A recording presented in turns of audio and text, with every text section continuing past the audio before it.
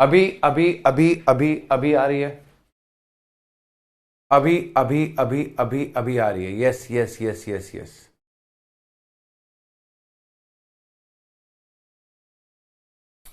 अब ओके है सब कुछ।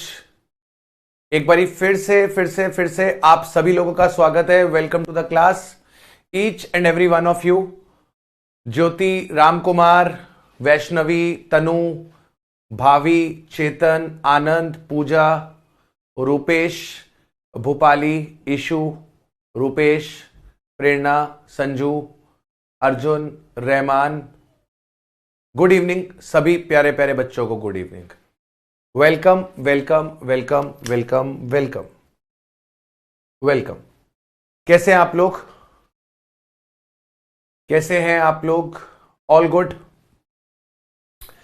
All good. Yes sir. जल्दी से कंफर्म करेंगे, क्या आप लोग रिवीजन करके आए हैं? क्या जल्दी से प्लीज कंफर्म कर देंगे, क्या आप लोग रिवीजन करके आए हैं? लास्ट क्लास में हम लोगों ने क्या कर लिया था बेटा? सर लास्ट क्लास में हम लोगों ने एग्रीगेट्स वाला पार्ट कंप्लीट कर लिया था। लास्ट क्लास में हमने एग्रीगेट वाला पार्ट कंप्लीट कर लिया था। हमने एग्रीगेट्स ऑफ नेशनल इनकम देख लिए थे।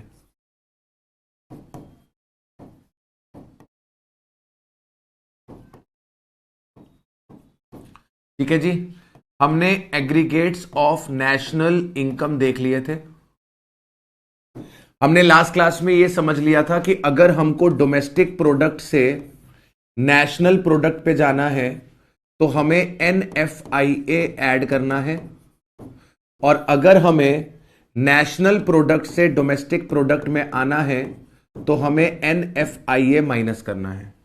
इसके अलावा हमने देखा था कि सर अगर हम लोगों को फैक्टर कॉस्ट से मार्केट प्राइस पे जाना है तो हमको NIT ऐड करना है, और अगर हमको मार्केट प्राइस से फैक्टर कॉस्ट में वापस आना है तो हमें NIT माइनस करना है। इसके बाद हमने देखा था कि सर अगर ग्रॉस से नेट पे जाना है तो हमको डेप्रिसिएशन माइनस करना है, और अगर हमें नेट से ग्रॉस पे आना है तो हमें यहां पे डेप्रिसिएशन को प्लस करना है। इतनी चीजें हम लोगों ने देख ली थी। इसके अलावा हमने कुछ और भी देखा था। जो कि काफी इंपॉर्टेंट था कि डोमेस्टिक प्रोडक्ट में और नेशनल प्रोडक्ट में मेनली आपके पास डिफरेंस क्या है। डोमेस्टिक प्रोडक्ट में और नेशनल प्रोडक्ट में मेनली आपके पास डिफरेंस क्या है? सर आपका जो डोमेस्टिक प्रोडक्ट होता है वो चेक करता है उन गुड्स एंड सर्विस की वैल्यू, वो फाइनल गुड्स एंड सर्विस की वैल्यू जिन्हें प्रोड्यूस किया गया है with in the domestic territory, जिनको प्रोड्यूस किया गया है with in the domestic territory, either by resident और बाय नॉन रेसिडेंट। और जब हम नेशनल प्रोडक्ट की बात करते हैं तो यहां पर हम वो फाइनल गुड्स एंड सर्विस लेते हैं जो प्रोड्यूस करे गए हैं बाय नॉर्मल रेसिडेंट,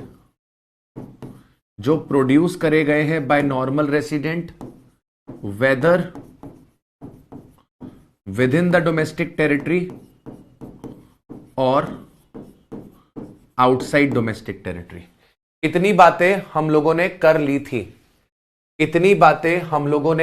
ली थी। उम्मीद करता हूं आप सब लोग यहां तक कंफर्टेबल हैं। तो हम गाड़ी को आगे बढ़ाएं। आज हम किसकी बात करेंगे सर? आज हम बात करेंगे मेजरमेंट ऑफ नेशनल इनकम की बात आज होगी। हम दो मेथड्स आज निपटाएंगे।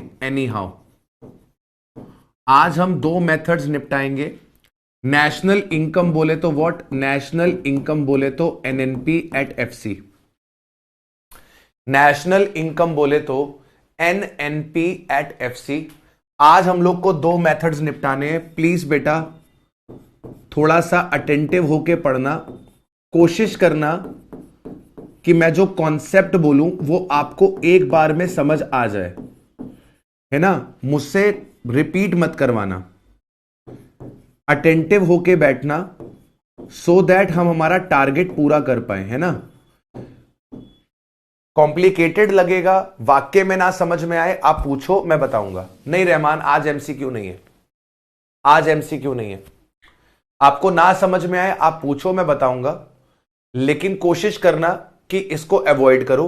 अटेंटिव होकर बैठो, ध्यान से मन लगाकर पढ़ाई करो, राइट। 1-1.5 घंटा पढ़ना है, अच्छे से पढ़ लेना। 1-1.5 घंटा पढ़ना है, अच्छे से पढ़ लेना, ठीक है। एक बच्चा कह रहा है सर क्यों, हम तो रिपीट करवाएंगे। अरे मेरे बच्चे, सिलेबस समय से खत्म करेंगे तभी तो रिवीजन भी कर पाएंगे ना बेटा। सिलेबस टाइम से कंप्लीट होगा तभी तो रिवीजन हो पाएगा। सिलेबस ही टाइम से कंप्लीट नहीं होगा तो रिवीजन कब करोगे, है ना। चलिए, तो वैल्यू एडेड मेथड की बात करेंगे आज, वैल्यू एडेड मेथड की बात करेंगे आज, और इनकम मेथड की बात करेंगे। दोनों बहुत आसान मेथड है, दोनों बहुत आसान मेथड है, आराम से हमको समझ में आ जाएंगे, कोई दिक्कत नहीं होगी। चलो जी, एक बारी चैट सेक्शन पे हो जाए हाउस द जोश, एक बारी चैट सेक्शन पे हो जाए how's the josh, and then we are good to go. एक बार चैट सेक्शन पे हो जाए how's the josh and then we are good to go. एक बार लाउड नॉइस में, लाउड नॉइस में एकदम शिद्दत से दम दिखा के हो जाए हाउस द जोश।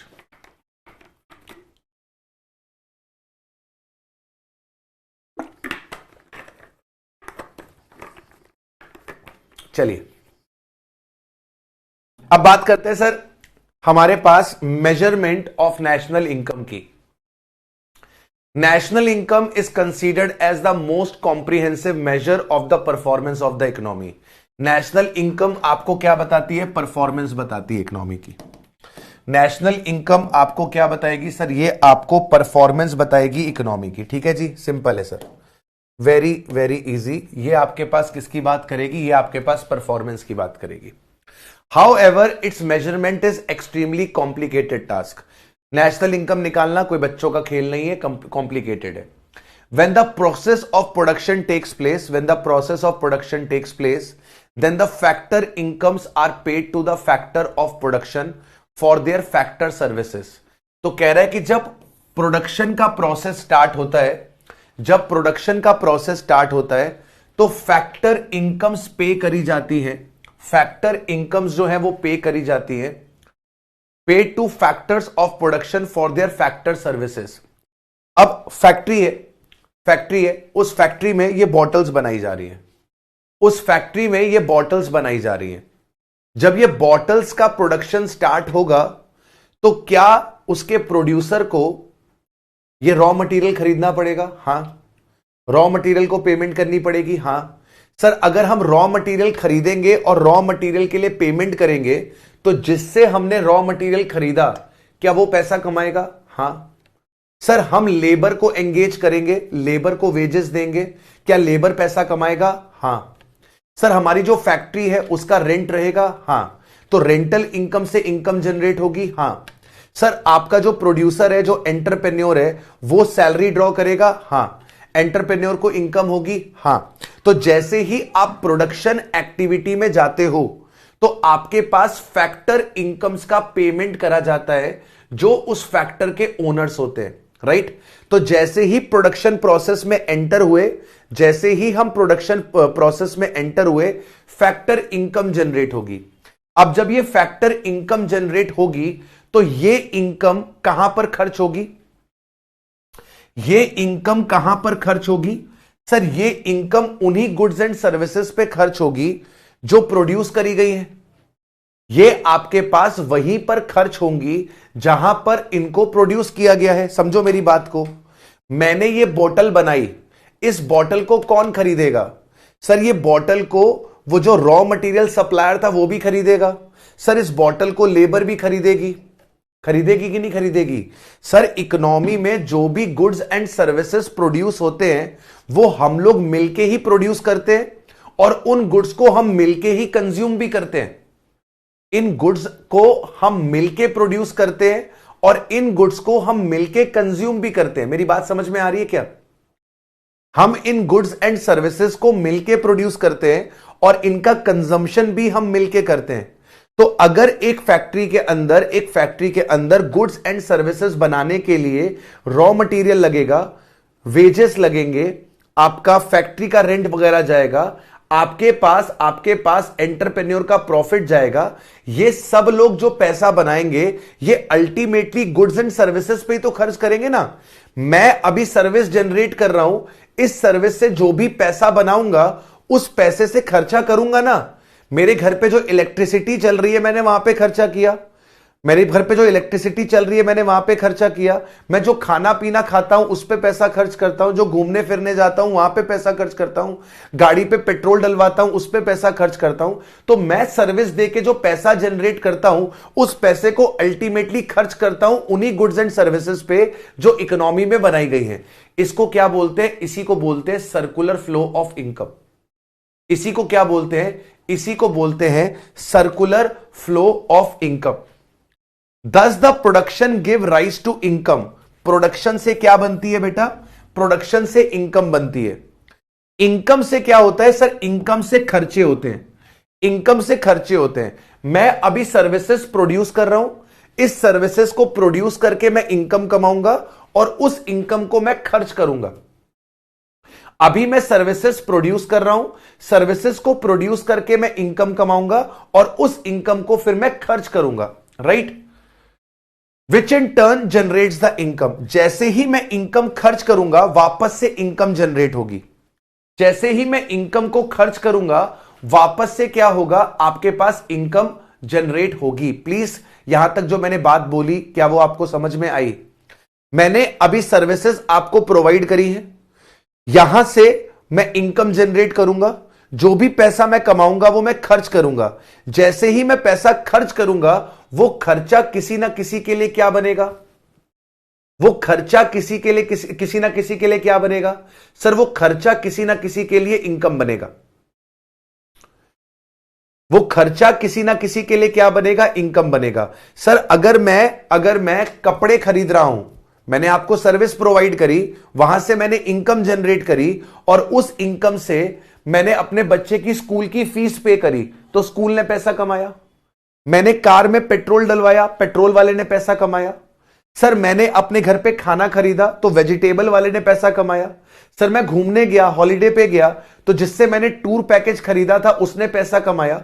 तो सर आप सर्विस प्रोवाइड करते हो, गुड्स जनरेट करते हो, प्रोडक्शन करते हो, प्रोडक्शन से इनकम होती है, इनकम से खर्चा होता है, खर्चे से फिर इनकम होती है, खर्चे से फिर इनकम होती है। This is a circular flow.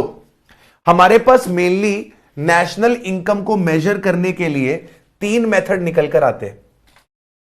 हमारे पास 3 मेथड निकल कर आते हैं। एक आता है वैल्यू एडेड मेथड, एक आता है इनकम मेथड और एक आता है हमारे पास एक्सपेंडिचर मेथड। एक आता है हमारे पास एक्सपेंडिचर मेथड। आप तीनों में से कोई भी मेथड लगा लो, आप तीनों में से कोई भी मेथड लगा लो, आपकी नेशनल इनकम हमेशा क्या आएगी? सेम आएगी। ऐसा नहीं होगा कि आपको अलग अलग मेथड अलग अलग इनकम निकाल के दे देंगे।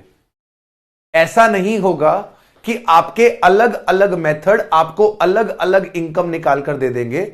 ये आपके पास सेम इनकम निकाल कर देंगे। बीएम प्लीज अर्जुन और अमू प्रजापति जी को ब्लॉक कर दीजिए, ये यहां पे पर्सनल चैट कर रहे हैं। अर्जुन और अमू को ब्लॉक कर दीजिए please. It must be noted that all the 3 methods give the same value of national income because they are used to measure the same physical output of 3 different phases. It must be noted that all the 3 methods give the same value of the national income because they are used to measure the same physical output at 3 different phases. Please मेरी बात को ध्यान से सुनना क्या बोल रहा हूं। प्लीज मेरी बात को ध्यान से सुनना मैं क्या बोल रहा हूं।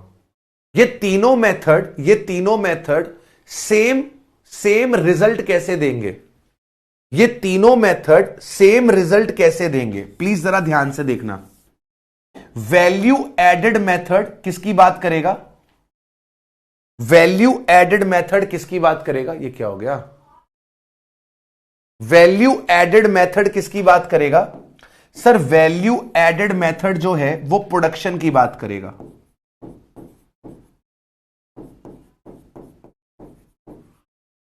इनकम मेथड किसकी बात करेगा? इनकम मेथड इनकम की बात करेगा। एक्सपेंडिचर मेथड एक्सपेंडिचर की बात करेगा। अभी प्लीज मैं आपको जी चीज बोल रहा हूं वो मुझे बताना। हमने फैक्टर्स ऑफ प्रोडक्शन लगाकर यह मोबाइल बनाया। हमने फैक्टर्स ऑफ प्रोडक्शन लगाकर यह मोबाइल बनाया, राइट? इस मोबाइल को बनाने के लिए हमने जितना भी पेमेंट फैक्टर्स ऑफ प्रोडक्शन को किया होगा वही इसकी फैक्टर कॉस्ट होगी। हमने फैक्टर्स ऑफ प्रोडक्शन को लगाकर इस मोबाइल को मैन्युफैक्चर किया। हमने जितना भी पैसा फैक्टर ऑफ प्रोडक्शन को दिया होगा वही इसकी फैक्टर कॉस्ट होगी, वही इस मोबाइल की फैक्टर कॉस्ट होगी।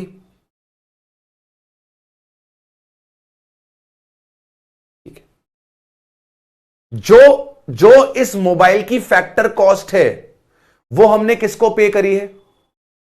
जो इसकी फैक्टर कॉस्ट है वो हमने किसको पे करी है? सर वो हमने पे करी है owner of factor of production को। हमने फैक्टर्स ऑफ प्रोडक्शन लगाकर ये फोन मैन्युफैक्चर किया। जो भी हमने फैक्टर ऑफ प्रोडक्शन को पेमेंट करी होगी वो इस फोन की फैक्टर कॉस्ट होगी।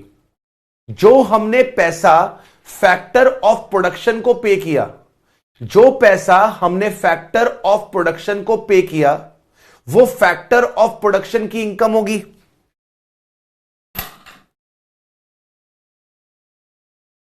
Sir land, labour,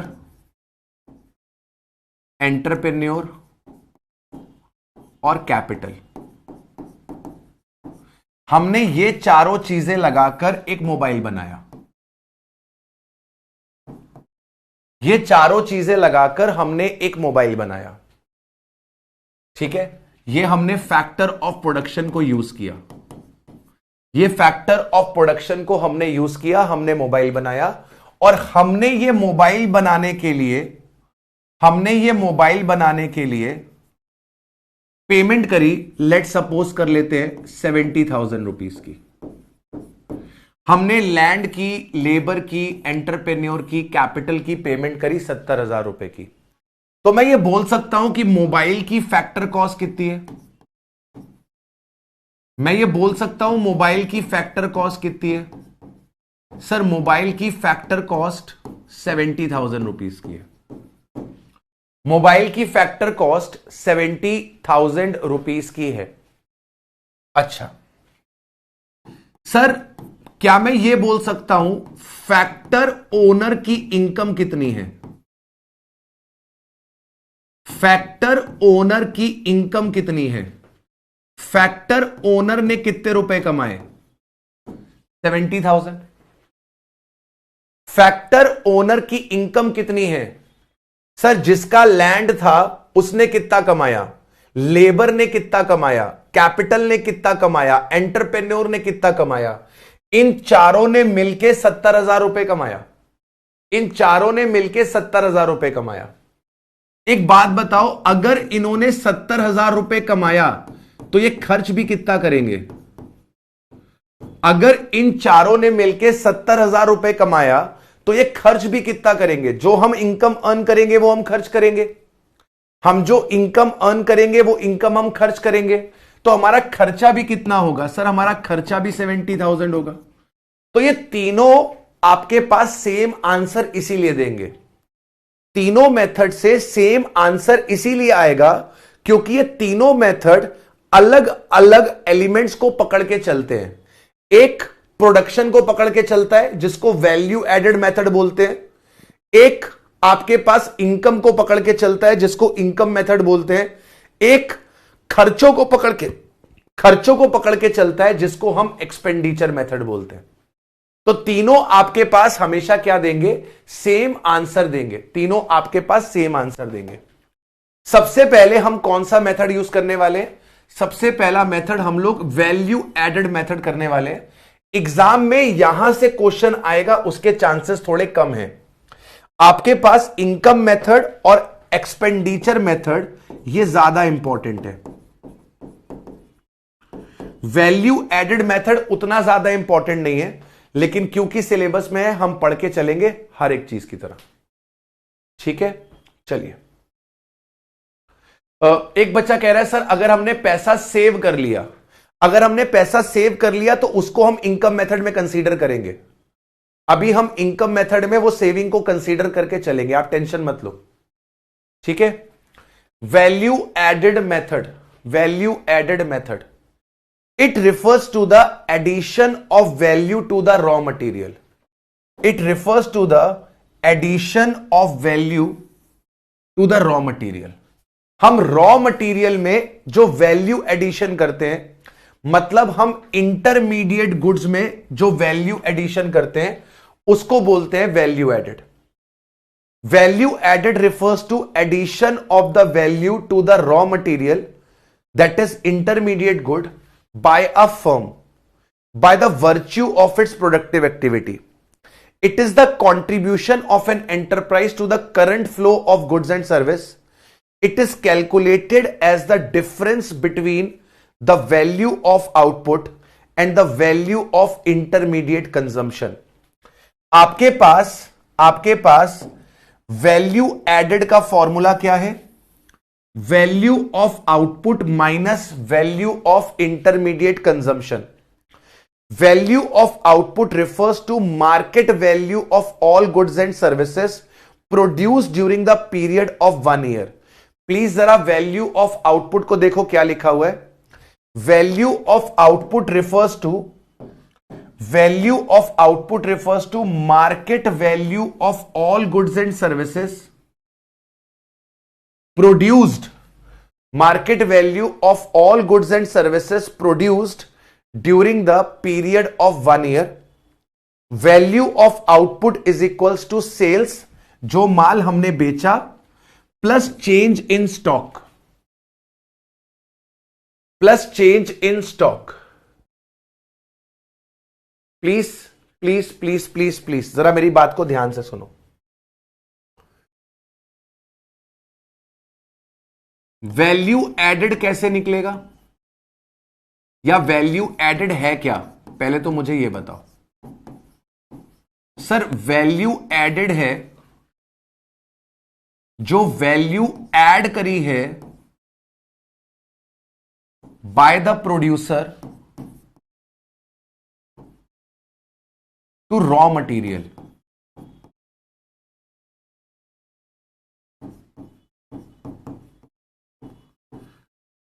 value added है क्या? वैल्यू एडेड है वो वैल्यू जो ऐड करी है प्रोड्यूसर ने to the raw material. It is the value added by the producer to the raw material. Sir हम कपड़ा लेकर आए थे,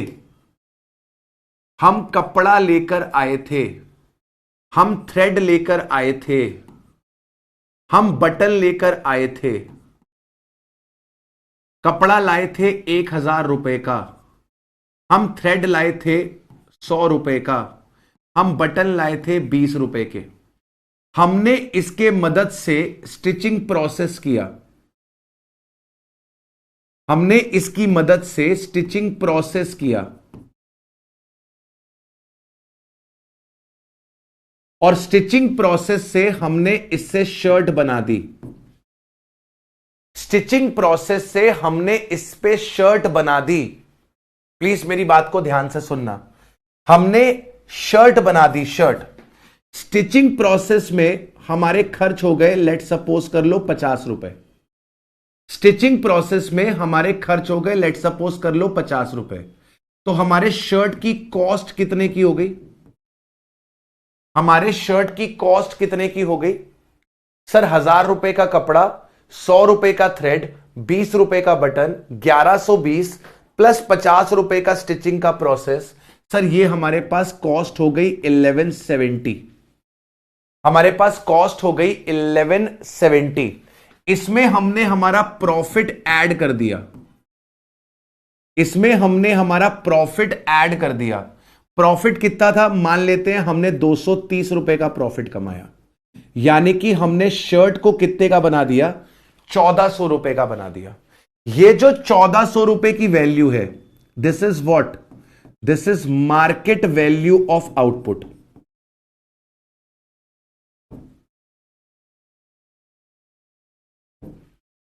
ये जो 1400 रुपए की वैल्यू है, this is the market value of output. This is market value of output everyone. अब अगर आप मुझसे पूछो कि इस प्रोसेस में वैल्यू एडिशन कितना हुआ है, इस प्रोसेस में वैल्यू एडिशन कितना हुआ है, तो सिंपल सर, जो भी आपकी सेल वैल्यू है, जो भी आपकी सेल वैल्यू है, या मैं कहूं जो भी आपका वैल्यू ऑफ आउटपुट है,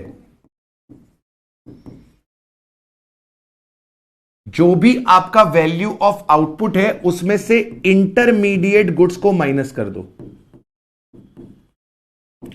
उसमें से इंटरमीडिएट गुड्स की वैल्यू को माइनस कर दो। आपके पास आउटपुट की वैल्यू 1400 की है और इंटरमीडिएट गुड्स की वैल्यू 1120 रुपए की है, यानी कि आपका वैल्यू एडिशन कितने का है, 280 का। आपका वैल्यू एडिशन कितने का है, 280 का है। यहां तक मेरी बात समझ में आई? आपका वैल्यू एडिशन कितने का है, आपका वैल्यू एडिशन 280 का है। अरे भाई, ये तुम बाहर से लेकर आए हो, ये तुमने परचेज किया है बाहर से, ये काम तो तुम्हारी फैक्ट्री में हुआ है, ये काम तो तुम्हारी फैक्ट्री में हुआ है। तो ये जो 50 रुपीज का स्टिचिंग प्रोसेस है, ये तो तुम्हारी वैल्यू ऐड है ना, ये तो तुम्हारी वैल्यू ऐड है ना। अर्जुन बेटा, मैं आपको परमानेंट ब्रेक दिलवाता हूं अभी।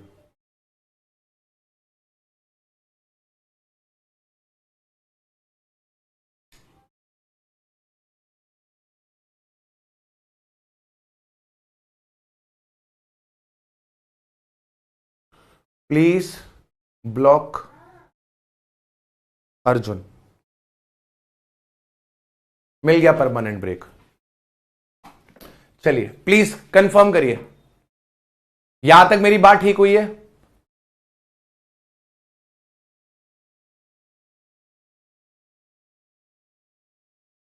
यहां तक मेरी बात क्लियर हुई है? सर, ये रॉ मटेरियल है जो हम खरीद के लाए हैं, ये रॉ मटेरियल है जो हम खरीद के लाए हैं, इसको अपनी फैक्ट्री में हम शर्ट में कन्वर्ट करेंगे। तो जो फैक्ट्री में खर्चा हो रहा है, जो फैक्ट्री में खर्चा हो रहा है, जो हम प्रॉफिट ऐड कर रहे हैं, ये हमारा वैल्यू एडिशन है। जो फैक्ट्री में खर्चा हो रहा है और जो हम प्रॉफिट ऐड कर रहे हैं, ये हमारा वैल्यू एडिशन है। ये तो हम बाहर से लेकर आए हैं, ये किसी और ने बनाया था, कपड़ा किसी और ने बनाया, थ्रेड किसी और ने बनाया, बटन किसी और ने बनाया। हमने ये तीनों सामग्री को अपनी फैक्ट्री में लाया, हवन किया, हवन करके हमने इन तीनों सामग्री को शर्ट में कन्वर्ट कर दिया। हवन करने में हमारा 50 रुपए खर्च आया, ये हमारा वैल्यू एडिशन है। इसके बाद हमने 230 रुपए का प्रॉफिट ऐड किया, ये हमारा वैल्यू एडिशन है। तो टोटल हमने कितनी वैल्यू ऐड करी? हमने वैल्यू ऐड करी 280 रुपीस की। हमने वैल्यू ऐड करी 280 रुपीस की। अब जरा वापस से आप वैल्यू ऑफ आउटपुट की डेफिनेशन को देखो, वापस से जरा आप वैल्यू ऑफ आउटपुट की डेफिनेशन को देखो। तो वैल्यू ऑफ आउटपुट किसकी बात कर रहा है? यह कह रहा है market value of all goods and services produced. Market value of all goods and services produced, यह किसकी बात कर रहा है बेटा? Value of output produced goods की बात कर रहा है। अब आप लोगों ने तो अकाउंट्स पढ़ रखी है ना बेटा, आप लोगों ने तो अकाउंट्स पढ़ रखी है ना। जरा आप मुझे बताओ, आप मुझे बताओ कि अगर आपके पास ओपनिंग स्टॉक 15,000 रुपए का है, आपने सेल करी है बेटा 1,50,000 की, और आपके पास क्लोजिंग स्टॉक जो है वो है आपके पास, लेट सपोज कर लेते हैं 25,000 रुपए का। आप जरा मुझे बताओगे कि आपका कॉस्ट ऑफ गुड्स सोल्ड कितना है? आप जरा मुझे बताओगे कि आपका कॉस्ट ऑफ गुड्स सोल्ड कितना है? आपका कॉस्ट ऑफ गुड्स सोल्ड कितना है?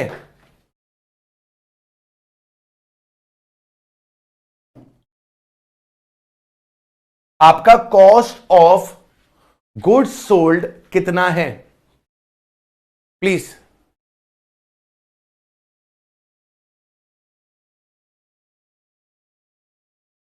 COGS कितना है?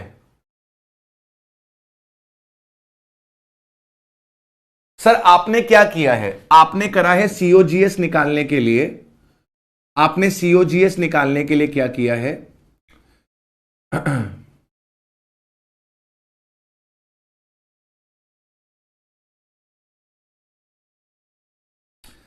आपने सेल्स में क्लोजिंग स्टॉक को ऐड किया है और आपने ओपनिंग स्टॉक को माइनस किया है। ऐसा ही कुछ किया है, ऐसा ही कुछ किया है। आपने सेल्स में क्लोजिंग स्टॉक को प्लस किया है, ओपनिंग स्टॉक को माइनस किया है, यही किया है ना आपने? ये जो closing stock minus opening stock है, ये जो closing stock minus opening stock है, इसी को हम क्या लिख सकते हैं? इसी को हम लोग चेंज इन स्टॉक लिख सकते हैं। Closing stock minus opening stock को ही हम चेंज इन स्टॉक लिख सकते हैं। ये बेसिकली आपका कॉस्ट ऑफ गुड्स सोल्ड नहीं आया है, ये आपका कॉस्ट ऑफ प्रोडक्शन आया है। ये बेसिकली आपके पास कॉस्ट ऑफ प्रोडक्शन आया है। तो आपके पास sales plus change in stock आ गया। सेल्स आपने कितनी करी है? 1,50,000 की प्लस 10,000 की। इसका मतलब आपने टोटल प्रोडक्शन कितना किया है? आपने टोटल प्रोडक्शन कितना किया है एवरीवन? आपने टोटल प्रोडक्शन कितना किया है? प्लीज जरा मेरे को बताओ, आपके पास टोटल प्रोडक्शन कितने का हुआ है? सिंपल सा लॉजिक बता रहा हूं मैं आपको, सिंपल सा लॉजिक बता रहा हूं मैं आपको कि आपने प्रोडक्शन कितना किया है।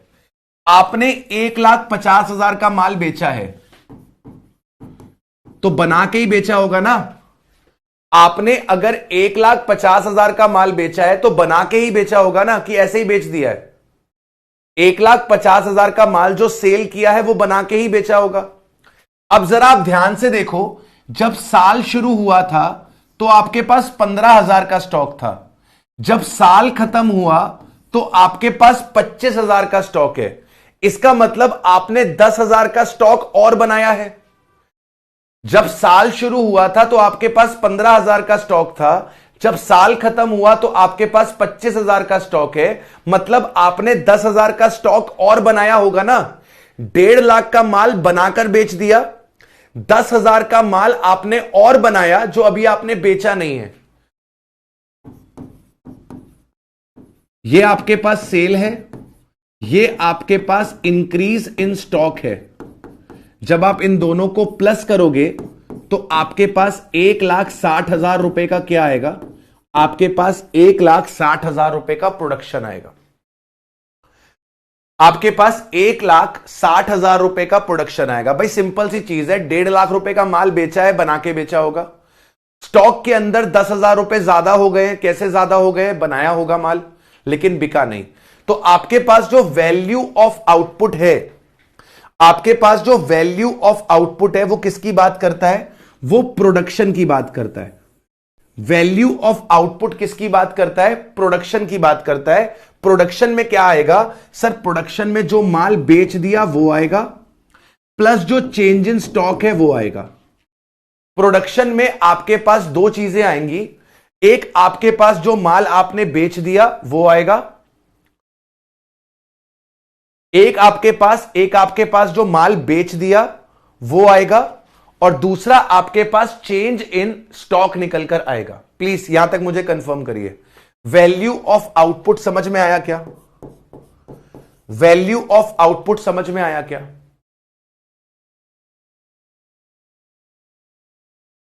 वैल्यू ऑफ आउटपुट क्लियर हुआ?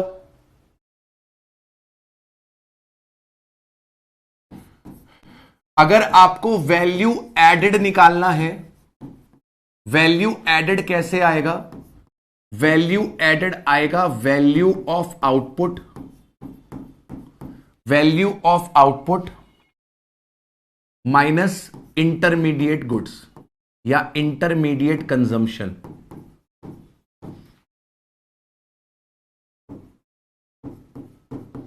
इंटरमीडिएट कंजम्पशन में क्या क्या चीजें आ जाएंगी? इंटरमीडिएट कंजम्पशन मतलब आपके प्रोडक्शन के खर्चे, ठीक है। इसके अलावा वैल्यू ऑफ आउटपुट में आपके पास क्या आ जाएगा? सर वैल्यू ऑफ आउटपुट मतलब sales plus change in stock. अच्छा, स्टॉक क्या हमेशा बढ़ेगा ही? क्या स्टॉक घट नहीं सकता? क्या स्टॉक घट नहीं सकता? हां सर, घट भी सकता है। सर आपके पास स्टॉक जो है वो घट भी सकता है, स्टॉक जो है वो घट भी सकता है। सर ऐसा हो सकता है कि आपने सेल्स करी हो 1,50,000 रुपए की, आपके पास ओपनिंग स्टॉक रहा हो 25,000 रुपए का, और आपके पास क्लोजिंग स्टॉक रहा हो 10,000 रुपए का। अब सर, अब आप बताओ आपका प्रोडक्शन कितना हुआ है? अब आप बताओ मुझे, आपका वैल्यू ऑफ आउटपुट क्या है? वैल्यू ऑफ आउटपुट बोले तो आपका प्रोडक्शन, वैल्यू ऑफ आउटपुट बोले तो आपका प्रोडक्शन, आपका प्रोडक्शन कितना हुआ है? सर सिंपल है ना सर, सर सेल को पकड़ो प्लस चेंज इन स्टॉक को पकड़ो। इस बार हमारा स्टॉक बढ़ा नहीं है, घटा है। हमारे पास क्लोजिंग स्टॉक 10,000 का है, ओपनिंग स्टॉक हमारे पास 25,000 का था, यानी कि इस बार हमने केवल 1,35,000 का ही प्रोडक्शन करा होगा। इस बार हमने केवल 1,35,000 का ही प्रोडक्शन किया होगा।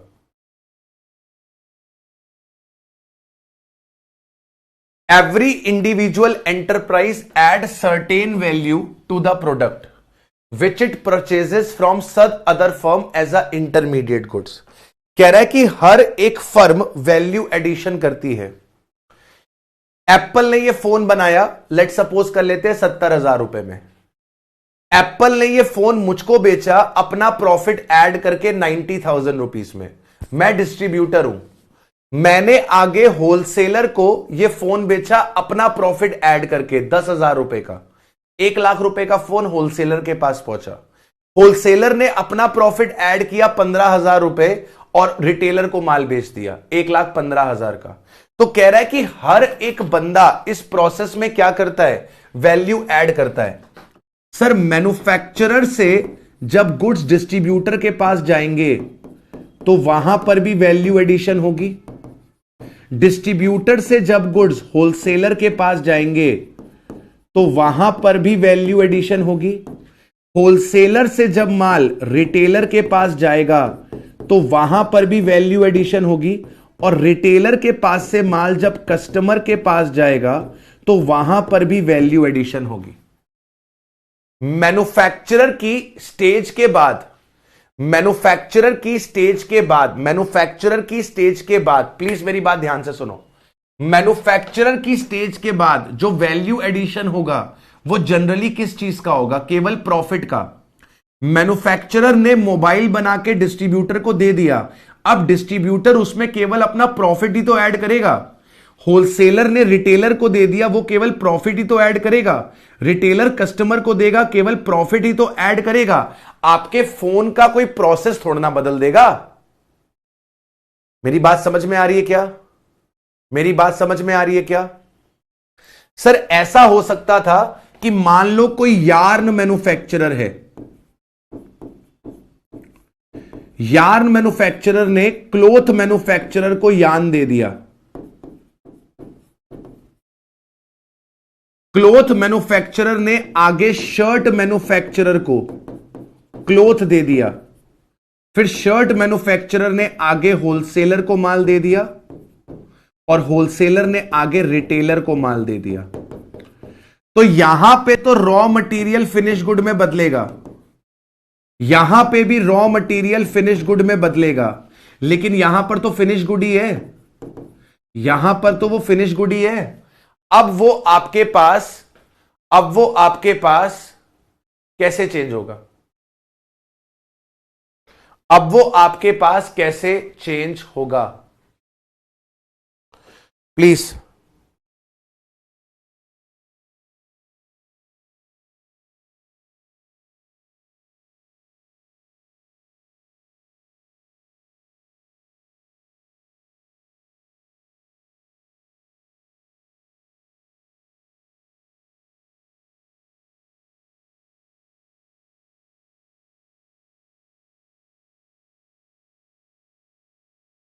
हाँ जी, प्लीज, यहां तक मेरी बात क्लियर है? इसके बाद when value added by each and every individual firm is summed up, we get domestic product at the market price. तो जब आप सारी फर्म का वैल्यू एडिशन कर दोगे, जब आप सारी फर्म का वैल्यू एडिशन कर दोगे तो आपके पास रिजल्ट क्या निकल कर आएगा? जब आप सारी फर्म का वैल्यू एडिशन कर दोगे तो आपके पास रिजल्ट क्या निकल कर आएगा? It will be GDP MP, it will be GDP MP, it will be GDP MP. Everyone, everyone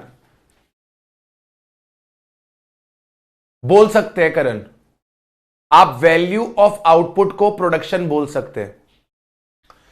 जब आप सभी फर्म का वैल्यू एडिशन कर दोगे, sum of value addition by all the firms, sum of value addition of all the firms, यहां से आपके पास क्या आ जाएगा? यहां से आपके पास जीडीपी एमपी आ जाएगा। अब आप मुझे बताओ कि अगर आपको एनएनपी एफसी निकालनी है, मतलब आपको नेशनल इनकम निकालनी है, तो नेशनल इनकम निकालने के लिए क्या करोगे? सर ग्रॉस से नेशनल पे जाना है, डेप्रिसिएशन को माइनस कर देंगे। डोमेस्टिक प्रोडक्ट से नेशनल प्रोडक्ट पे जाना है तो एनएफआईए ऐड कर देंगे। मार्केट प्राइस से फैक्टर कॉस्ट पे जाना है तो एनआईटी माइनस कर देंगे।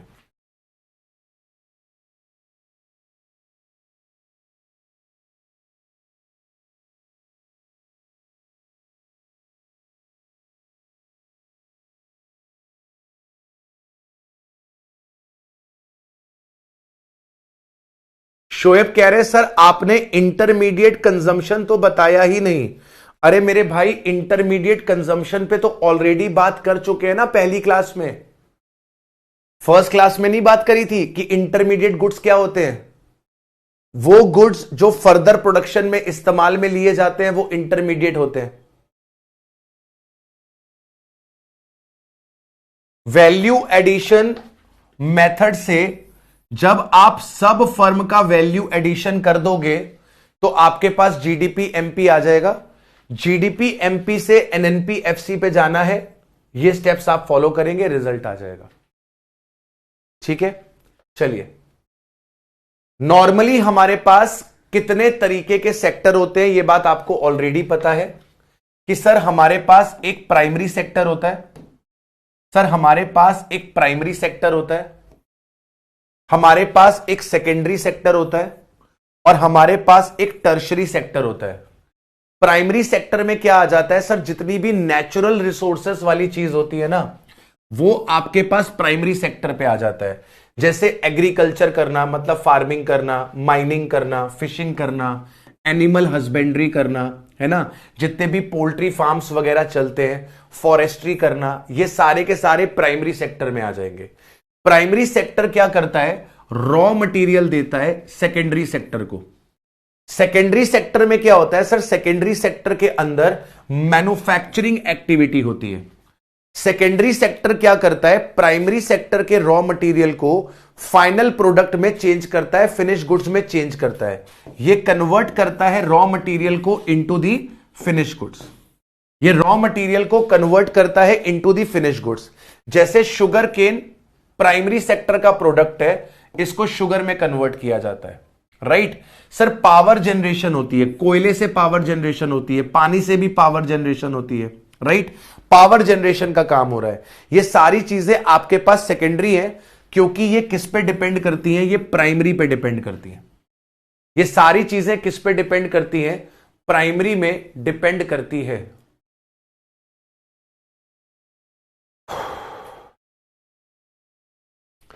टर्शरी सेक्टर क्या होता है सर? टर्शरी सेक्टर सर्विसेज देता है। तो जो हम कर रहे हैं, पीडब्ल्यू जो कर रहा है, पीडब्ल्यू टर्शरी सेक्टर में आता है। हम आपको सर्विसेज देने का काम करते हैं। इसमें ट्रांसपोर्टेशन आ जाता है, एजुकेशन आ जाता है, फाइनेंस आ जाता है, गवर्नमेंट का जो एडमिनिस्ट्रेशन है, जैसे आरटीओ ऑफिस है, ये गवर्नमेंट का एडमिनिस्ट्रेशन है, सेबी का डिपार्टमेंट है। यहां पर आपके पास this sector finds third place because its growth is primarily dependent upon the primary and the secondary sector. तो मोटी मोटी चीज जो आपको याद रखनी है, प्राइमरी किस पे डिपेंड करता है बेटा? Sir primary is all about what? Natural resources. Secondary is what about? Converting the output of the primary into the finished good. And tertiary sector is all about what? Tertiary sector is all about what? Tertiary sector is all about what? It is all about services. It is all about services.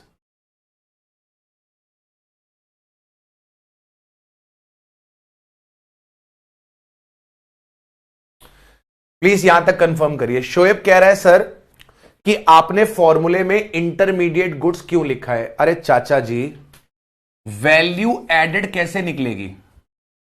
Value added निकालने के लिए value of output में से intermediate consumption minus करना पड़ेगा। 1400 रुपए की shirt बेची थी, क्या 1400 रुपए की शर्ट में सारी वैल्यू मेरी थी? नहीं सर, मैं कपड़ा किसी और से लेकर आया था, मैं थ्रेड किसी और से लेकर आया था, मैं बटन किसी और से लेकर आया था। तो कपड़ा किसी और ने बनाया था, यह किसी और की वैल्यू एडिशन थी। थ्रेड किसी और ने बनाया था, यह किसी और की वैल्यू एडिशन थी। सर बटन किसी और ने बनाया था, यह किसी और की वैल्यू एडिशन थी। मैंने इनको as a raw material use किया है। 1000 plus 100 plus 20, 1000 plus 100 plus 20, this is what? This is the intermediate consumption. इससे मैंने शर्ट बनाई 1400 रुपए की, तो मेरी वैल्यू एडिशन कितनी निकली? 280। तो वैल्यू एडिशन निकालने के लिए इंटरमीडिएट गुड्स के कंजम्पशन को क्या करना पड़ेगा? माइनस करना पड़ेगा। क्लियर है मेरे बच्चों?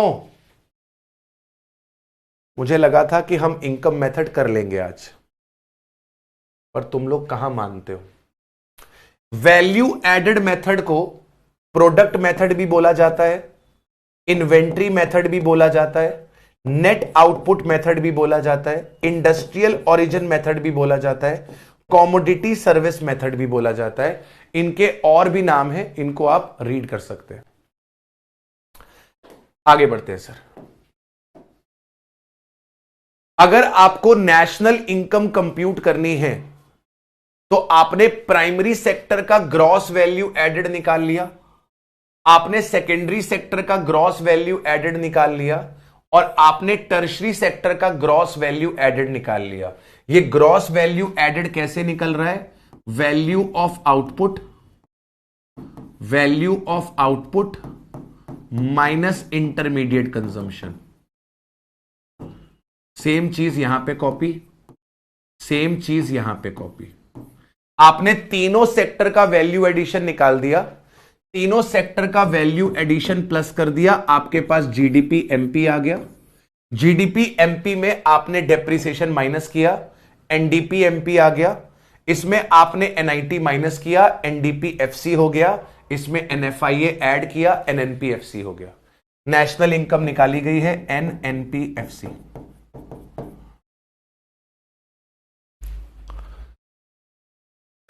इंपॉर्टेंट पॉइंट, इनको ध्यान से देखना, इंपॉर्टेंट पॉइंट्स हैं, इनको जरा ध्यान से देखना। Imports are not separately considered. अगर क्वेश्चन में आपको इंटरमीडिएट कंजम्पशन दिया हुआ है, अगर क्वेश्चन में आपको इंटरमीडिएट कंजम्पशन दिया हुआ है, तो यह माना जाएगा कि जो इंपोर्ट्स है वो उसमें अलग से इंक्लूड करने की जरूरत नहीं है, वो इंपोर्ट्स उसमें पहले से इंक्लूडेड है।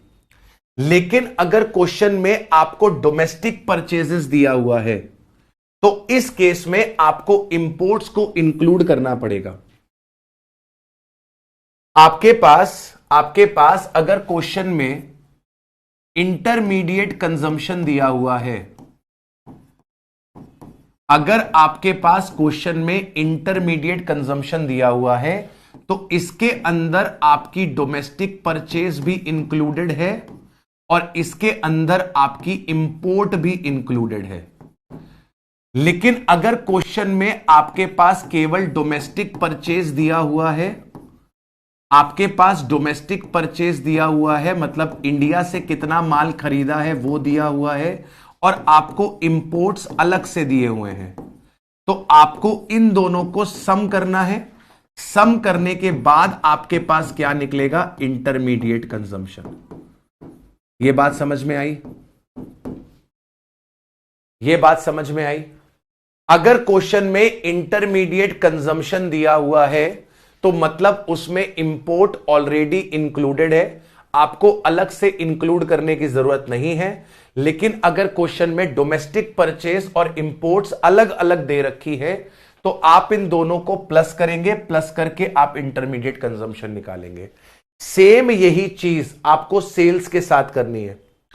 अगर क्वेश्चन में आपको केवल सेल्स गिवन है, तो सेल्स का मतलब डोमेस्टिक सेल्स भी है, जो हमने इंडिया में बेचा है वो भी है, और सेल्स के अंदर एक्सपोर्ट भी कवर्ड होती है।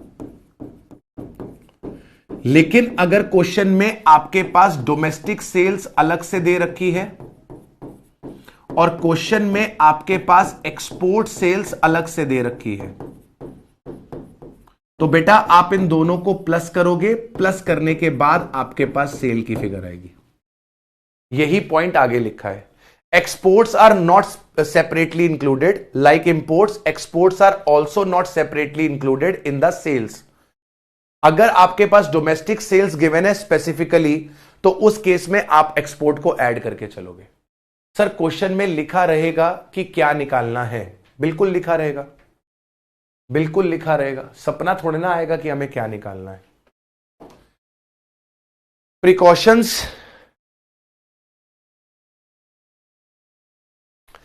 प्रिकॉशंस हमने ऑलरेडी पढ़ रखे हैं। अगर आप कहोगे तो मैं वापस से पढ़ा दूंगा, अगर आप कहोगे तो मैं वापस से पढ़ा दूंगा। अभी इसमें बाद में आते हैं ना, आप पहले क्वेश्चन कर लीजिए। एग्जाम्पल नंबर वन, आपको कैलकुलेट करनी है नेशनल इनकम। नेशनल इनकम मतलब आपको एनएनपी-एफसी कैलकुलेट करनी है by the value added method. Value added method से कैलकुलेट करनी है with the help of following, with the help of following. Question में आपको सेल्स गिवन है, क्वेश्चन में ओपनिंग स्टॉक गिवन है, क्वेश्चन में इंटरमीडिएट कंजम्पशन गिवन है, क्वेश्चन में क्लोजिंग स्टॉक गिवन है, एनएफआईए गिवन है, डेप्रिसिएशन गिवन है, एक्साइज का टैक्स और सब्सिडी गिवन है। एक्साइज आपके पास इनडायरेक्ट टैक्स होता है। तो पहले आप क्या करोगे? पहले आपको वैल्यू ऑफ आउटपुट निकालनी पड़ेगी। वैल्यू ऑफ आउटपुट कैसे निकलेगी? वैल्यू ऑफ आउटपुट निकलेगी सेल्स में से प्लस कर देंगे चेंज इन स्टॉक, सेल्स में प्लस कर देंगे चेंज इन स्टॉक। सेल्स आपको दे रखी है बेटा 700 की, चेंज इन स्टॉक का मतलब क्या हो गया? Closing stock minus opening stock.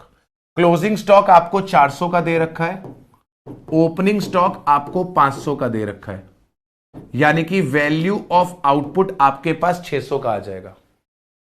Value of output आपके पास 600 का आ जाएगा। ग्रॉस वैल्यू का मतलब जिसमें से डेप्रिसिएशन माइनस नहीं हो रखा। वैल्यू एडेड मतलब कि जीडीपी एमपी, वैल्यू एडेड को ही ग्रॉस वैल्यू भी बोलते हैं, इसी को आप ग्रॉस वैल्यू एडेड भी बोलते हैं। तो ग्रॉस वैल्यू एडेड कैसे निकलेगी सर? ग्रॉस वैल्यू एडेड निकलेगी वैल्यू ऑफ आउटपुट में से, वैल्यू ऑफ आउटपुट में से इंटरमीडिएट कंजम्पशन माइनस हो जाएगा। वैल्यू ऑफ आउटपुट आ रही है आपके पास 600 की, इंटरमीडिएट कंजम्पशन आपके पास 350 का है, यानी कि आपका वैल्यू एडेड कितने का है? आपका वैल्यू एडेड मैंने गलत ले लिया क्या? ठीक तो है। आपका वैल्यू एडेड 250 का आ रहा है, जीडीपी एमपी 250 की आ रही है,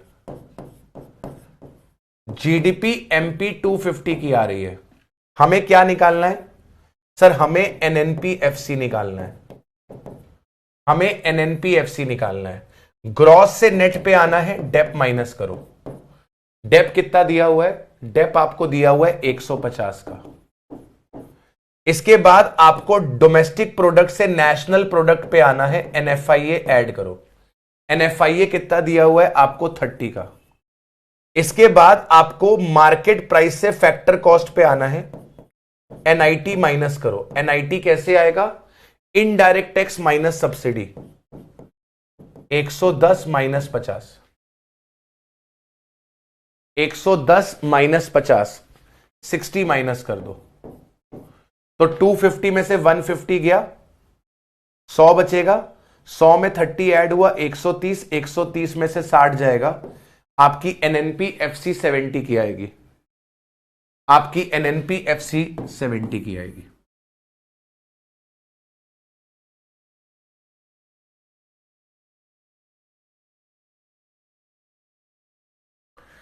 स्टेप बाय स्टेप चलना है, स्टेप बाय स्टेप चलना है। पहले वैल्यू ऑफ आउटपुट निकालेंगे, सबसे पहले वैल्यू ऑफ आउटपुट निकालेंगे, फिर वैल्यू एडेड निकालेंगे, और वैल्यू एडेड निकालने के बाद हम आगे बढ़ेंगे एनएनपीएफसी निकालने के लिए। अगले क्वेश्चन पे चलते हैं। कैलकुलेट करना है नेशनल इनकम, नेशनल इनकम बोले तो एनएनपीएफसी। कैलकुलेट करना है NNPFC by the value added method. Primary sector में हमारा value of output, value of output primary sector में 2000 का है। Intermediate consumption, intermediate consumption private sector में 200 का है। तो जरा मुझे बताओ gross value added primary sector का कितना हो जाएगा? सर प्राइमरी सेक्टर का आउटपुट 2000 का है, प्राइमरी सेक्टर का इंटरमीडिएट कंजम्पशन 200 का है, यानी कि प्राइमरी सेक्टर का वैल्यू एडिशन 1800 का है। सेकेंडरी सेक्टर में आउटपुट 2800 का है, आउटपुट 2800 का है,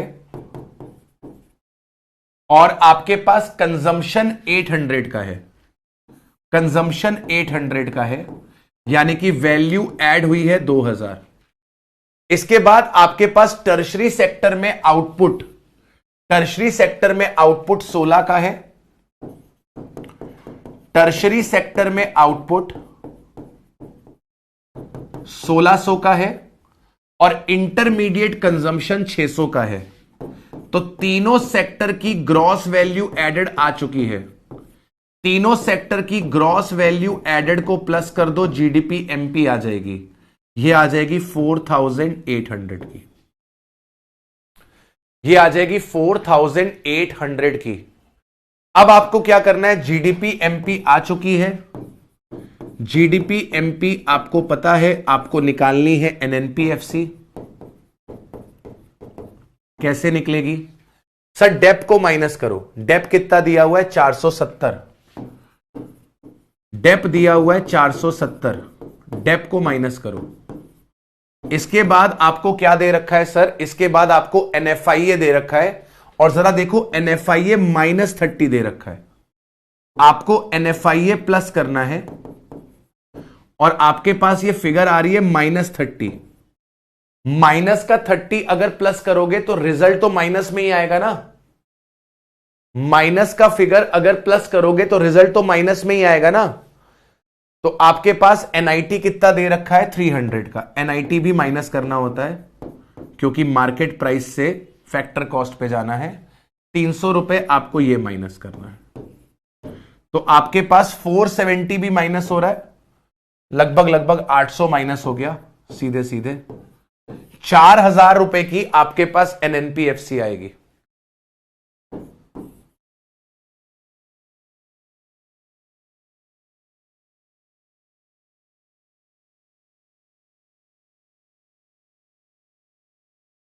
देख के अच्छा लगा कि तुम लोग को समझ में आ गया है। जरा ट्राई करो ये वाला, ये वाला जरा ट्राई करो।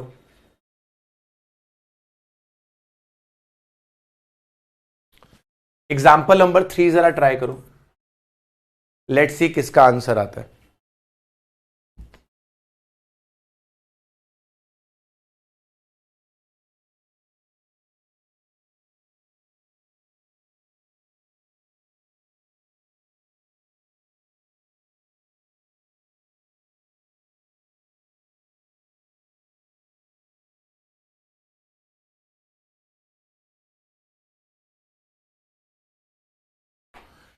आपको net value added at factor cost निकालनी है। Net value added at factor cost.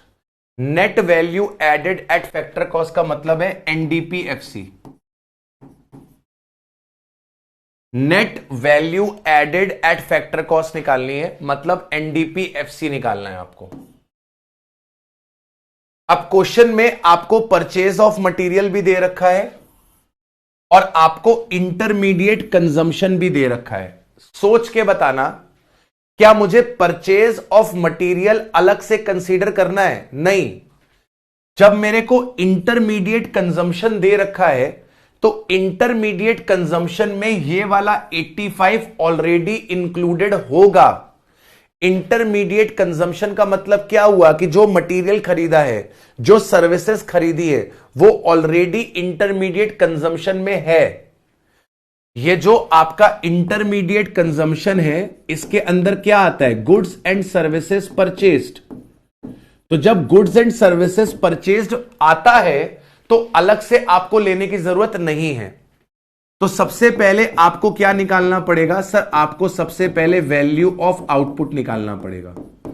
Value of output कैसे आएगा सर? सेल्स में चेंज इन स्टॉक को प्लस करना पड़ेगा। सेल्स आपको दे रखी है 450 रुपए की। चेंज इन स्टॉक आपको कितना दिया हुआ है? 40 और 30। 30 माइनस 40, आपके पास वैल्यू ऑफ आउटपुट 440 आ जाएगा। फिर आप वैल्यू एडेड निकालोगे। वैल्यू एडेड बोले तो GDP MP। कैसे निकालोगे? जो वैल्यू ऑफ आउटपुट है, उसमें से इंटरमीडिएट कंजम्पशन को माइनस कर दोगे। वैल्यू ऑफ आउटपुट आ रहा है 440 का, इंटरमीडिएट कंजम्पशन आ रहा है 200 का, आपके पास GDP MP आ चुकी है 220 की। GDP MP आ चुकी है, और आपको निकालनी है NDPFC, net value added by factor cost. NDPFC निकालना है आपको। NDPFC निकालना है, तो ग्रॉस से नेट पे जाना है, डेप्रीसिएशन माइनस करेंगे। MP से FC पे जाना है, NIT को माइनस करेंगे। तो आपके पास GDP MP आया है 220 का, डेप आपके पास गिवन है 30 का, और एक्साइज टैक्स आपके पास 45 का है, ये इनडायरेक्ट टैक्स होता है, और सब्सिडी आपके पास 15 की है, -30। तो 220 में से आपके पास 60 माइनस हो रहा है, 160 आएगा। ओहो 240 है सर, ये 240 है, ये 240 है, 180 आंसर आएगा।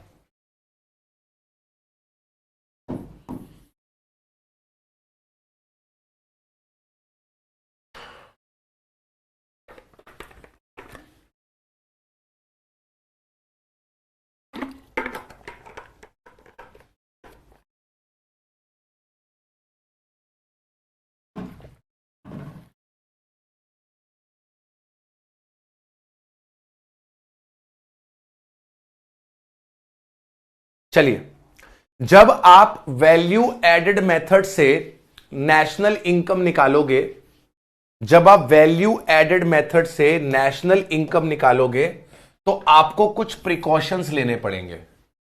ये प्रिकॉशंस हमने ऑलरेडी पहले पढ़ रखे हैं।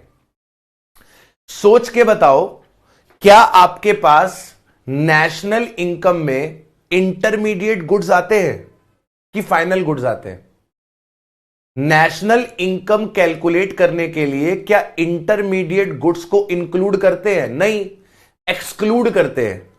तभी तो जब वैल्यू एडेड निकाल रहे थे तो वैल्यू एडेड में से इंटरमीडिएट को माइनस क्यों कर रहे थे? क्योंकि वो ऑलरेडी उसमें इंक्लूडेड है। शर्ट की 1400 रुपए की वैल्यू थी, शर्ट की 1400 रुपए की वैल्यू में 1000 रुपए का कपड़ा, 100 रुपए का थ्रेड और 20 रुपीस के बटन ऑलरेडी इंक्लूडेड है।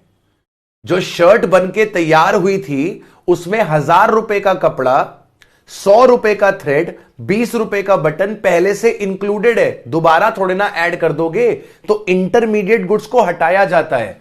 तो पहला पॉइंट वही लिखा है कि इंटरमीडिएट गुड्स को हम इंक्लूड नहीं करते नेशनल इनकम में। यह बात तो हमको दूसरी क्लास में पता लग गई थी सर, यह बात तो दूसरी क्लास में पता लग गई थी, आज चौथी क्लास है। अच्छा, क्या सेकंड हैंड गुड्स की सेल परचेज को हम नेशनल इनकम में लेते हैं? क्या सेकंड हैंड के गुड्स की सेल परचेज को हम नेशनल इनकम में लेते हैं? सर नहीं लेते। यह बात भी हमें सेकंड क्लास में आपने बता दी थी कि भाई जिस ईयर में वो प्रोड्यूस हुए थे उस ईयर की नेशनल इनकम में वो इंक्लूड कर लिए गए थे। अब वो दोबारा से इंक्लूड नहीं होंगे। लेकिन अगर कोई कमीशन इन्वॉल्व हुई है, कोई ब्रोकरेज इन्वॉल्व हुई है, तो उसे हम इंक्लूड करेंगे नेशनल इनकम पे। मैंने आपको बताया था कि अगर कार किसी ब्रोकर के थ्रू बेची गई है तो ब्रोकर की सर्विस तो पहली बार दी गई है ना। ब्रोकर नया कस्टमर ढूंढ के लाने का काम करता है, उसके लिए उसको कमीशन दिया जाता है। तो ब्रोकर की सर्विस हर बार इंक्लूड होगी क्योंकि ब्रोकर हर बार एक नया कस्टमर ढूंढ के लेकर आता है। सेकंड हैंड गुड्स की वैल्यू इंक्लूड नहीं होगी, लेकिन ब्रोकर की कमीशन को इंक्लूड करेंगे। इसके बाद अगर हम सेल्फ कंजम्पशन के लिए अगर प्रोडक्शन करते हैं तो क्या उसे इंक्लूड किया जाएगा? मम्मी ने घर में खाना बनाया, मम्मी ने घर पे खाना बनाया, क्या इसे इंक्लूड करेंगे नेशनल इनकम में? नहीं। सर महिला मित्र की मम्मी ने चाय पे बुलाया, महिला मित्र की मम्मी ने चाय पे बुलाया, सर क्या वो चाय को हम नेशनल इनकम में इंक्लूड करेंगे? नहीं। सर हमने महिला मित्र के लिए गाना गाया, क्या उसे हम इंक्लूड करेंगे? नहीं। सर हमने महिला मित्र का चित्र बनाया, ड्राइंग बनाई, पेंटिंग बनाई, क्या उसे नेशनल इनकम में इंक्लूड करेंगे? नहीं, क्योंकि इसको मार्केट में बेचा नहीं जाता है। इसके बाद सर जो इंप्यूटेड वैल्यू है ऑफ ओनर ऑक्यूपाइड हाउसेस, क्या वो इंक्लूड करेंगे? इंप्यूटेड क्या होता है बेटा? इंप्यूटेड का मतलब क्या होता है? सर इंप्यूटेड का मतलब होता है नोशनल। इंप्यूटेड का मतलब होता है सर नोशनल। नोशनल मतलब अपॉर्चुनिटी कॉस्ट। अपॉर्चुनिटी कॉस्ट, हम इकोनॉमिक्स में अपॉर्चुनिटी कॉस्ट कंसीडर करते हैं कि नहीं? बताइए।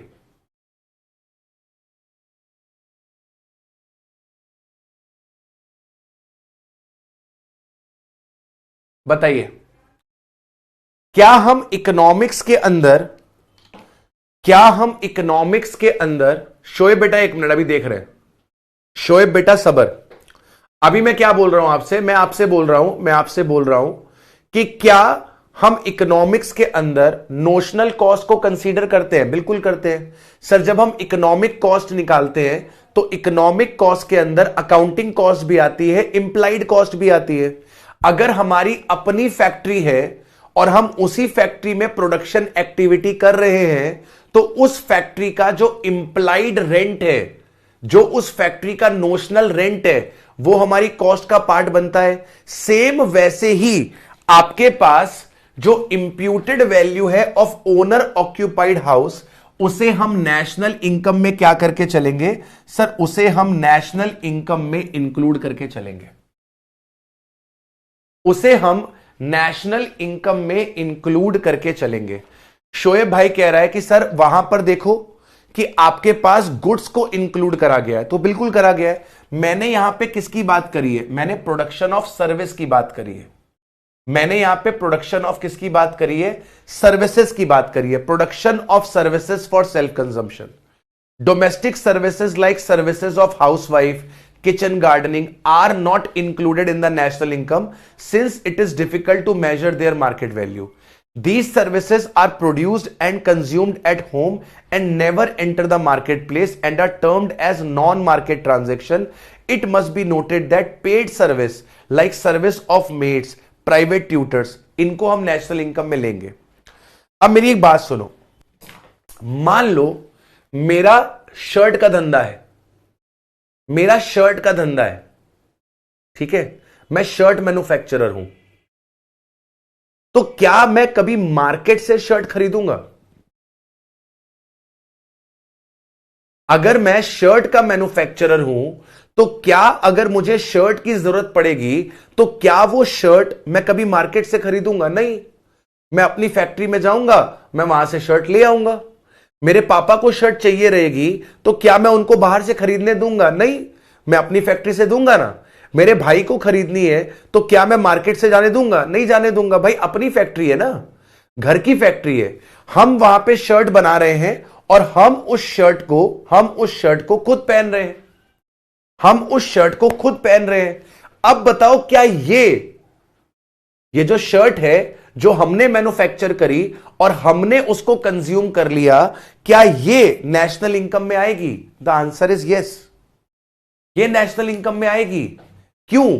क्योंकि इसकी तो मार्केट वैल्यू पता है ना, इसकी तो मार्केट वैल्यू पता है ना। Production of goods for self consumption will be included. यहां क्या लिखा था? यहां क्या लिखा था सर? यहां लिखा था प्रोडक्शन ऑफ सर्विसेज, यहां पे production of services for self consumption लिखा था। इसको अपन इंक्लूड नहीं करेंगे। तो मम्मी की सर्विस है ना, महिला मित्र की सर्विस, महिला मित्र की मम्मी की सर्विसेज, ये आपके पास कवर नहीं होंगी।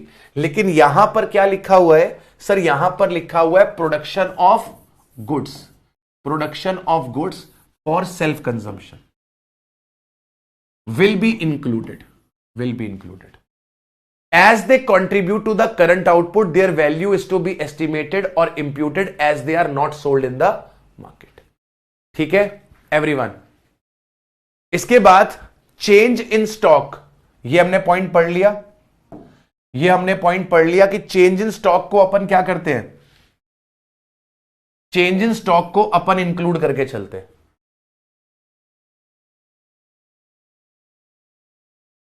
Production for self-consumption. Goods produced for the self-consumption are included in the national income. All the final goods produced within the country are not necessarily sold. A part of them is kept by the producer for his own use and consumption. For example, farmer keeps a major part of their produce for self-consumption. Imputed value of such good is included in the national income. इन्होंने farmer का example ले लिया, मैंने अभी shirt का example लिया था, मैंने शर्ट का एग्जाम्पल लिया था। करंट आउटपुट का मतलब इस साल का प्रोडक्शन, करंट आउटपुट का मतलब इस साल का प्रोडक्शन। इसके बाद जो सर्विसेज प्रोड्यूस होंगी फॉर सेल्फ कंजम्पशन उसे अपन इंक्लूड नहीं करेंगे नेशनल इनकम पे। सेम पॉइंट है, वापस से रिपीट हो गया। ठीक है जी, अभी हम नया टॉपिक नहीं स्टार्ट कर रहे, अभी हम नया टॉपिक नहीं स्टार्ट कर रहे क्योंकि उसमें टाइम लग जाएगा, पर अभी हम और प्रैक्टिस कर रहे हैं। ठीक है, अभी हम और प्रैक्टिस कर रहे हैं। Practice practice practice makes the man perfect. Practice practice practice makes the man perfect. Right, हम अभी और प्रैक्टिस कर रहे हैं। प्रैक्टिस प्रैक्टिस प्रैक्टिस चालू रहेगी। हो जा भाई कनेक्ट। हो गया, हो गया जी, हो गया, हो गया जी, हो गया, हो गया जी, हो गया।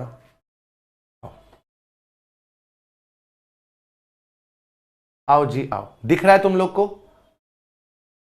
दिख रहा है तुम लोग को? ये हमारी बुक है जो आप लोग के पास पहले से है। ये हमारी ही बुक है जो आप लोग के पास पहले से है। इसमें प्रैक्टिस क्वेश्चन है, इसमें प्रैक्टिस क्वेश्चन है। क्वेश्चन नंबर 1, इसमें प्रैक्टिस क्वेश्चन है। Question number 1, right, practice question है क्वेश्चन नंबर 1। हाँ, ऋषभ कह रहे हैं सर जो आप सम करा रहे हो क्या ऐसे सम एग्जाम में आएंगे? बिल्कुल आएंगे। हमने यहां पे आपको कोई एमसीक्यू नहीं दे रखा, इसी तरीके का क्वेश्चन आएगा, कैलकुलेटर पे सॉल्व करना रहेगा और आपके पास यही चीजें ऑप्शन में होंगी। ठीक है ना, आपके पास एग्जाम में यही चीजें ऑप्शन में आ जाएंगी, ये चीजें आपके पास ऑप्शन में गिवन रहेंगी। क्वेश्चन पूरा एज इट इज आ जाएगा, ये क्वेश्चन आ जाएगा, ये क्वेश्चन आपके पास एग्जाम में आ जाएगा और इस क्वेश्चन के साथ एमसीक्यूज में ऑप्शन दे देगा। तो क्वेश्चन आपको पूरा सॉल्व करना आना चाहिए, क्वेश्चन आपको पूरा सॉल्व करना आना चाहिए। ठीक है जी, चलिए तो पहला क्वेश्चन हम लोग करते हैं ये वाला। From the following data about the firm X for the year 2000-2001 हमें एनवीए निकालना है मार्केट प्राइस पे। Net value added at market price. Net value added at market price का मतलब क्या हुआ? एनवीए एट एमपी का मतलब क्या हुआ? एनवीए एट एमपी का मतलब हुआ net domestic product at market price. Value add का मतलब डोमेस्टिक प्रोडक्ट, वैल्यू एड का मतलब डोमेस्टिक प्रोडक्ट।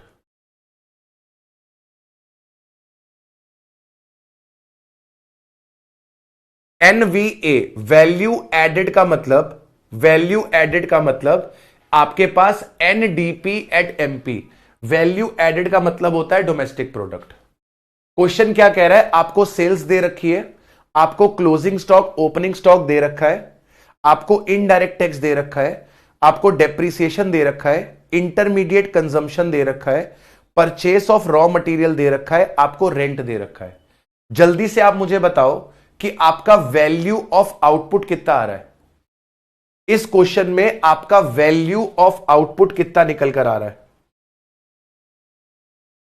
इस क्वेश्चन में आपका वैल्यू ऑफ आउटपुट कितना निकल कर आ रहा है? प्लीज जरा मुझे बताओ, what is the value of output? Sir अगर वैल्यू ऑफ आउटपुट निकालेंगे, अगर वैल्यू ऑफ आउटपुट निकालेंगे, वैल्यू ऑफ आउटपुट निकालेंगे तो value of output will be sale plus change in stock. Sale plus change in stock. Sale आपके पास कितना है? सर सेल आपके पास 90 है और चेंज इन स्टॉक अगर आप निकालोगे तो 10 आएगा। सेल आपके पास 90 है, चेंज इन स्टॉक अगर आप निकालोगे तो 10 आएगा, यानी कि वैल्यू ऑफ आउटपुट 100 की आएगी। वैल्यू ऑफ आउटपुट 100 की आएगी। अब आप मुझे बताओ वैल्यू एडेड कितनी आएगी? वैल्यू एडेड कितनी आएगी? वैल्यू एडेड मतलब जीडीपी एमपी। वैल्यू एडेड कितनी आएगी? GDP MP. Sir value added आएगी value of output minus intermediate consumption. Value of output 100 आ रहा है, क्वेश्चन में आपको इंटरमीडिएट कंजम्पशन 40 का दे रखा है, क्वेश्चन में आपको परचेज ऑफ मटेरियल दे रखा है, इररिलेवेंट है, रेंट दे रखा है, इररिलेवेंट है। हमें यहां पर परचेज ऑफ रॉ मटेरियल से कोई मतलब नहीं है, रेंट से कोई मतलब नहीं है। 100 में से 40 माइनस हो गया, जीडीपी एमपी 60 का आ गया, जीडीपी एमपी 60 का आ गया। हमें क्या निकालना है? Net value added. Net value added मतलब हमें क्या निकालना है? NDP MP. तो एनडीपी एमपी कैसे निकलेगा?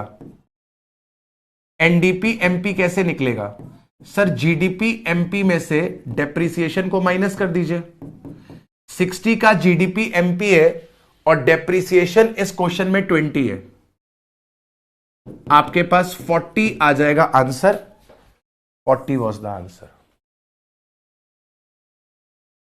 आपको बस अपने स्टेप्स पे टिके रहना है, आपको बस अपने स्टेप्स पे टिके रहना है, सारा का सारा कार्यक्रम हो जाएगा। ठीक है जी, आगे बढ़े।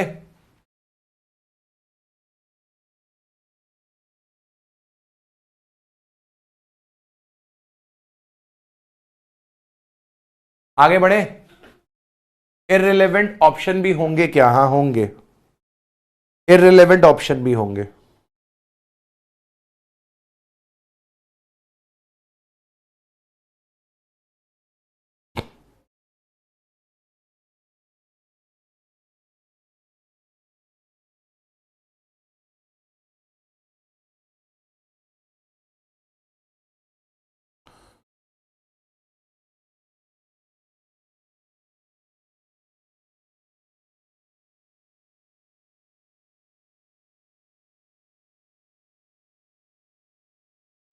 चलिए इस क्वेश्चन पे आइए, क्वेश्चन नंबर 6 पे, क्वेश्चन नंबर 6 पे आइए। क्वेश्चन नंबर 6, क्वेश्चन नंबर 6 में आपको क्या निकालना है? Net value added at factor cost. Value added का मतलब डोमेस्टिक प्रोडक्ट।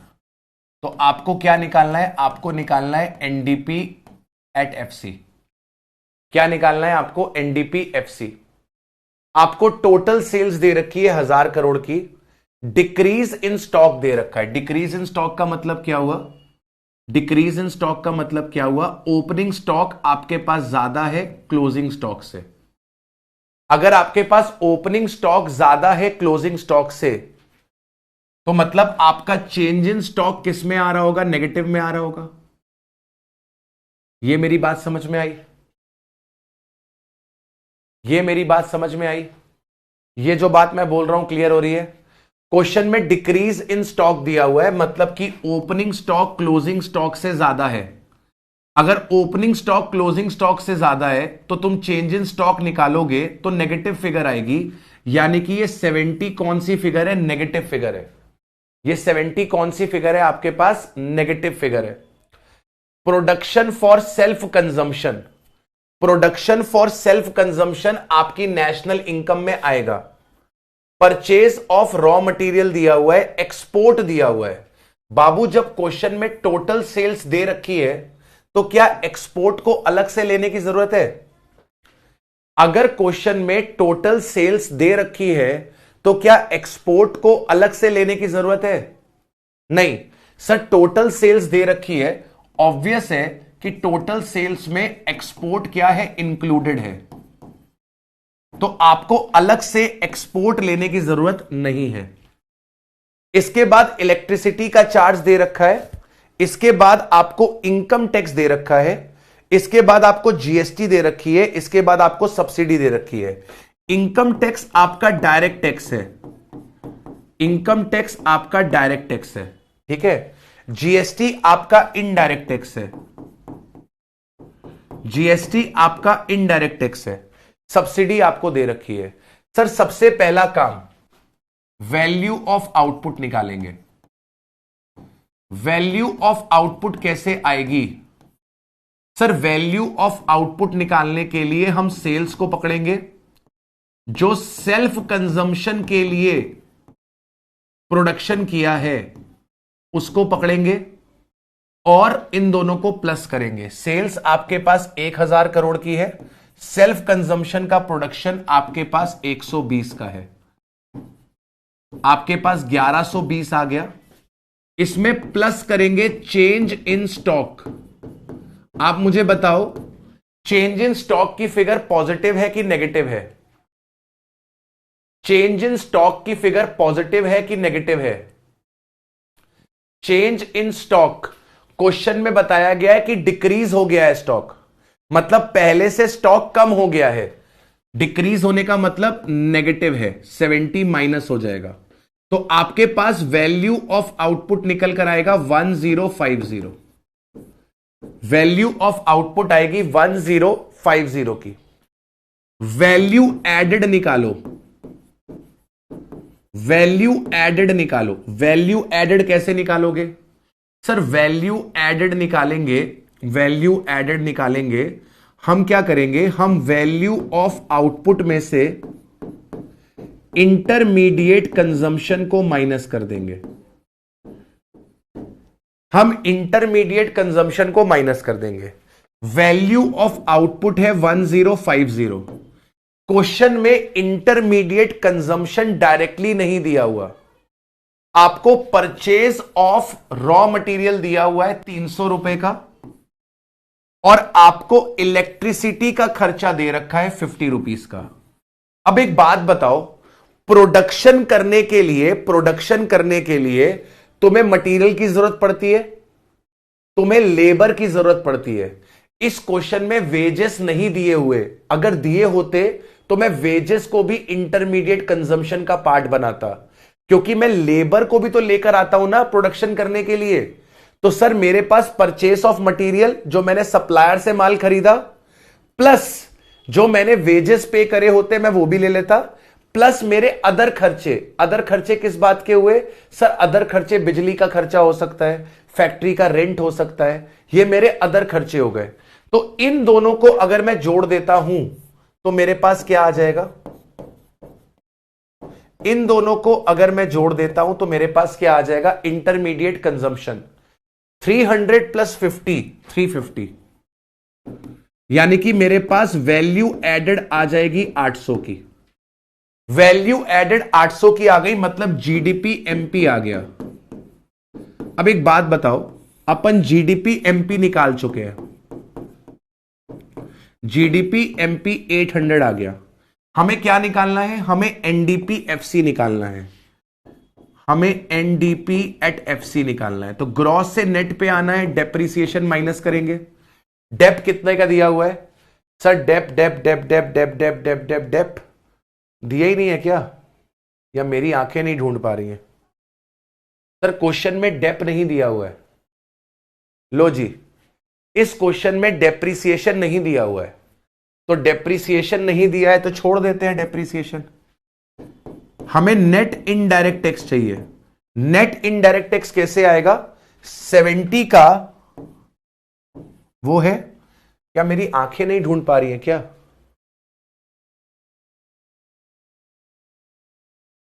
कुछ गड़बड़ी करी है, कुछ गड़बड़ी करी क्या? 700 आ रहा है sir sir sir sir sir totalling mistake, sir sir sir sir sir totalling mistake. 700 आ रहा है। क्वेश्चन में डेप नहीं गिवन है। 70 माइनस 40 आपके पास 30 माइनस हो जाएगा 670।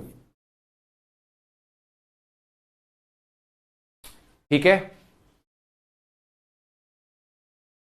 क्लियर है मेरे भाई? अब आप लोग की जिम्मेदारी है, जो वैल्यू एडेड मेथड के क्वेश्चंस किताब पर दिए हैं वो आप प्रैक्टिस करो। लगभग सारे क्वेश्चंस एक जैसे हैं, थोड़ा सा प्रैक्टिस करोगे, ब्रेनस्टॉर्मिंग करोगे तो आपको चीजें क्लियर होंगी। अब कल की क्लास में हम इनकम मेथड उठाएंगे और इनकम मेथड को निपटा देंगे। रणवीर कह रहे हैं सर पूरी क्लास, क्या हो गया पूरी क्लास को? पूरी क्लास ऊपर से किया बिकॉज ऑफ लेट एंट्री, फिर से देखना होगा। हाँ एक बार आप देख लेना मेरे भाई, ठीक है। चलो, उम्मीद करता हूं सबको इनकम टैक्स क्यों नहीं लिया, क्योंकि इनकम टैक्स डायरेक्ट टैक्स होता है, डायरेक्ट टैक्स का कोई रोल नहीं है। Income tax is direct tax, हमें नेट इनडायरेक्ट टैक्स चाहिए होता है, हमें नेट इनडायरेक्ट टैक्स चाहिए होता है। नेट इनडायरेक्ट टैक्स कैसे निकलेगा? इनडायरेक्ट टैक्स में से सब्सिडी को माइनस करके। Thank you very much, see you guys, bye bye. Rishabh बेटा आप एक बारी क्लास दोबारा से देखो, एक बारी ऋषभ क्लास दोबारा से देखो, 100% अटेंटिव होके समझ में आएगा। चलो बाय बाय।